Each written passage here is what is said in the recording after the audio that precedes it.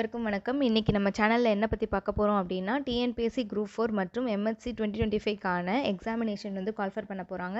அதுக்கான ப்ரிப்பரேஷன் வந்து இன்னையிலேருந்து நம்ம ஸ்டார்ட் பண்ண போறோம். நம்ம சேனல்ல இன்னையிலேருந்து ஃப்ரீ டெஸ்ட் பேட்சஸ் வந்து சொல்லியிருந்தோம். அது இன்னைக்கு நைட்டு 8:30 மணிலேருந்து உங்களுக்கு டெஸ்ட் வந்து இருக்கும். தொடர்ந்து வந்து நம்ம வீடியோவை தொடர்ந்து பாருங்கள்.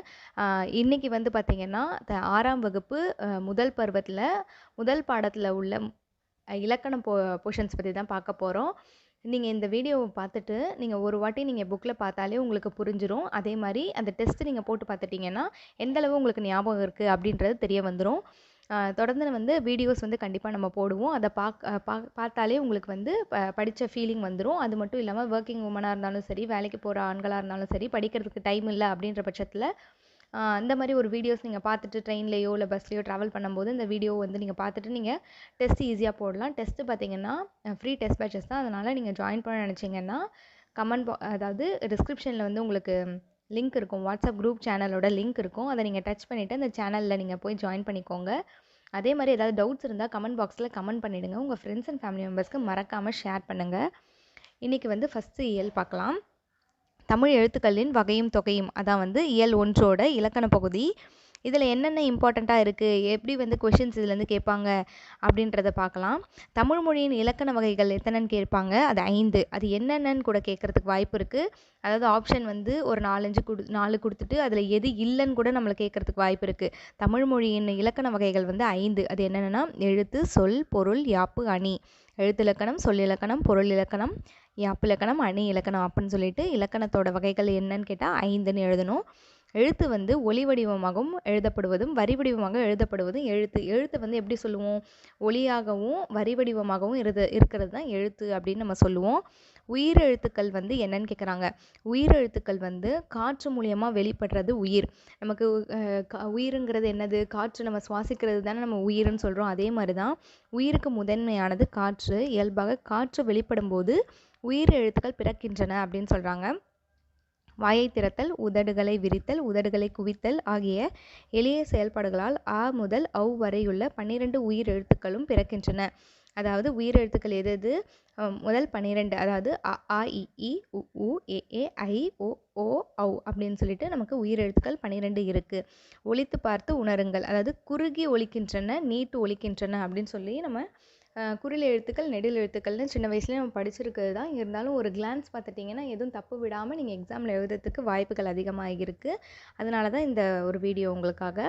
குறில் எழுத்துக்கள் வந்து குறுகிய ஓசை உடையது. அ இ உ ஏ ஓ. நீங்கள் சொல்லி பாருங்கள், அப்போ தான் உங்களுக்கும் மனசில் நல்லா பதியும். அதே மாதிரி ஆ இ உ ஏ ஐ ஓ ஔ இது வந்து 7ம் வந்து நீண்டு ஒலிக்கின்றன. அதனால் குறில் எழுத்துக்கள் 5, நெடில் எழுத்துக்கள் 7 அப்படின்னு சொல்லிட்டு இருக்குது. அடுத்து பார்த்திங்கன்னா ஒவ்வொரு எழுத்தையும் உச்சரிப்பதற்கு கால அளவு உண்டு. நம்ம ப்ரொனவுன்ஸ் பண்ணும்போது நம்ம உச்சரிக்கும் போது அதுக்கு வந்து எழுத்துக்களுக்கு கால அளவு இருக்குது அப்படின்னு சொல்லியிருக்காங்க. எழுத்தை உச்சரிக்க எடுத்துக்கொள்ளும் கால அளவை கொண்டு குறில், நெடில் என வகைப்படுத்துகிறோம். அதுக்கு வந்து இந்த கால அளவை எப்படி சொல்லுவோம்னு பார்த்திங்கன்னா மாத்திரை அப்படின்னு சொல்லுவோம். மாத்திரை என்பது இங்கு கால அளவை குறிக்கிறது. ஒரு மாத்திரை என்பது ஒரு முறை கண் இமைக்கவோ ஒரு முறை கை நொடிக்கவோ ஆகும் கால அளவாகும். அதாவது ஒரு முறை வந்து கண் இமைக்கிறதோ ஒரு முறை வந்து கை நொடிக்கவோ ஆகிற கால அளவை தான் என்னன்னு சொல்லுவோம், மாத்திரைன்னு சொல்லுவோம். அந்த கால அளவு வச்சு தான் எழுத்தோட உச்சரிப்பை நம்ம கொடுக்குறோம். குறில் எழுத்துக்கு வந்து 1 மாத்திரை, நெடில் எழுத்துக்கு வந்து 2 மாத்திரை. அடுத்து மெய் எழுத்துக்கள். ஃபஸ்ட்டு என்ன பார்த்தோம், எழுத்துனா என்ன, எழுத்தோட வகைகள் எத்தனை, எழுத்து இலக்கணம்னா என்ன, அடுத்து உயிரெழுத்துக்கள் பார்த்தோம், அதுக்கப்புறம் மாத்திரை பார்த்தோம், அதுக்கு அடுத்து மெய் எழுத்துக்கள் வந்துட்டோம். மெய் எழுத்துக்கள் எப்படி உயிரெழுத்துக்கள் வந்து காற்றுன்னு சொன்னோமோ அதே மாதிரி மெய் எழுத்துக்கள் வந்து உடம்பு. இது ரெண்டும் சேர்ந்தாதான் ஒரு உயிர் இயங்குதுலையே, அதே மாதிரி தான் மெய் எழுத்துக்கள் வந்து உடம்புன்னு நம்ம சொல்கிறோம். மெய் என்றால் உடல். அதில் வந்து பார்த்திங்கன்னா 18 இருக்குது. மெய் எழுத்துக்கள் எத்தனை, 18. உயிரெழுத்துக்கள் எத்தனை, 12. மெய் எழுத்துக்கள் வந்து இக்கு, இங்கு, இச்சு, இஞ்சு, இட்டு, இன்னு, இத்து, இந்து, இப்பு, இம்மு, இ, இர், இல், இவ், இல், இல், இர், இன் அப்படின்னு சொல்லிட்டு 18 மெய் எழுத்துக்கள் இருக்குது. அதில் 3ஆக பிரிக்கிறோம். எப்படி உயிரெழுத்துக்களை வந்து குறில் எழுத்துக்கள், நெடில் எழுத்துக்கள்னு பிரித்தோம், அதே மாதிரி மெய் எழுத்துக்களை வந்து வல்லினம், மெல்லினம், இடையினம் அப்படின்னு சொல்லிட்டு 3 வகையாக பிரிக்கிறோம். வல்லினம் வந்து இக்கு, இச்சு, இட்டு, இத்து, இப்பு, இரு, அது வந்து வல்லினம். மெல்லினம் வந்து இங்கு, இஞ்சு, இன்னு, இன்னு, இம்மு, இன் அது வந்து மெல்லினம். இடையினம் வந்து எய், இர், இல், இவ், இல், இல் அது வந்து இடையினம். மெய்யெழுத்துக்களை ஒலிக்கிற கால அளவு, அதாவது இந்த மாத்திரை எத்தனை மாத்திரை அப்படின்னு பார்த்தீங்கன்னா அரை மாத்திரை. குரிலுக்கு 1, நெடிலுக்கு 2, மெய்யெழுத்துக்கு அரை மாத்திரை அப்படின்னு சொல்லி பார்க்குறோம். அடுத்து ஒலித்து பார்த்து உணர்வோம் அப்படின்னு சொல்கிறாங்க. இக்கு, இச்சு, இட்டு, இத்து, இப்பு, இர் 6ம் வன்மையாக ஒலிக்கிறது. எங்கு, இன்று, இன்னு, இன்னு, இம்மு, இன் இது வந்து மென்மையாக ஒலிக்கிறது. எய், இர், இல், இவ்வு, இழ், இல் இது 6ம் வன்மையாக இல்லாமல் மென்மையாகவும் இல்லாமல் இரண்டுக்கும் இடைப்பட்டு ஒலிக்கிறதுனால இது இடையினம் அப்படின்னு சொல்கிறோம். அடுத்து உயிர்மெய் அப்படின்னு சொல்கிறோம். அது என்னென்னா மெய்யெழுத்துக்கள் 18ம் உயிரெழுத்துக்கள் 12ம் சேர்வதால் தோன்றும் 216 எழுத்துக்களும் உயிர்மெய் எழுத்துக்கள் ஆகும் அப்படின்னு சொல்கிறோம். மெய்யுடன் உயிர்குறில் சேர்ந்தால் அது உயிர்மெய் குரில், மெய்யுடன் உயிர் நெடில் சேர்ந்தால் அது உயிர்மெய் நெடில் அப்படின்னு சொல்கிறோம். ஆகவே உயிர்மெய் எழுத்துக்களையும் உயிர்மெய் குரில், உயிர்மெய் நெடில் அப்படின்னு உயிர்மெய் எழுத்தையும் 2ஆக பிரிக்கிறோம். உயிர்மெய் குரிலாகவும் உயிர்மெய் நெடிலாகவும் 2 வகையாக பிரிக்கிறோம் அப்படின்னு சொல்லியிருக்காங்க. அடுத்து பார்த்திங்கன்னா ஆயுத எழுத்து. தமிழ் மொழியில் உயிர், மெய், உயிர்மெய் எழுத்துக்கள் தவிர தனித்த எழுத்து ஒன்று உள்ளது. அது என்னன்னு பார்த்தீங்கன்னா இக். அது வந்து ஆயுத எழுத்து. அந்த அக்கு வந்து என்னன்னு பார்த்தீங்கன்னா ஆயுத எழுத்துன்னு சொல்லுவோம். அந்த அக்கு வந்து எப்படி சொல்கிறோம்? ஆயுத எழுத்தை ஒலிக்கும் கால அளவு, அந்த மாத்திரை எவ்வளோ மாத்திரை அப்படின்னு பார்த்தீங்கன்னா அரை மாத்திரை. இப்போது இந்த வீடியோ வந்து நீங்கள் பார்த்துருப்பீங்க, கேட்டிருப்பீங்க.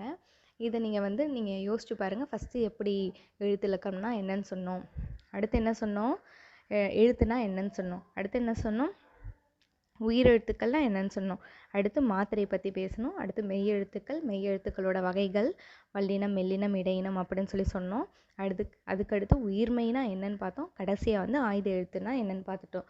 இப்போது ஒரு இயலில் உள்ள ஒரு போர்ஷன் இலக்கணம் வந்து முடிச்சிட்டோம். இப்போ எவ்வளோ ஈஸியாக இருக்குது பாருங்கள். இதை நீங்கள் பார்த்துட்டு நீங்கள் வந்து டெஸ்ட் பேட்சில் நீங்கள் அட்டன் பண்ணுங்கள். தொடர்ந்து வந்து நம்ம வீடியோவை வந்து பாருங்கள். உங்கள் ஃப்ரெண்ட்ஸ் அண்ட் ஃபேமிலி மெம்பர்ஸ்க்கு மறக்காமல் ஷேர் பண்ணுங்கள்.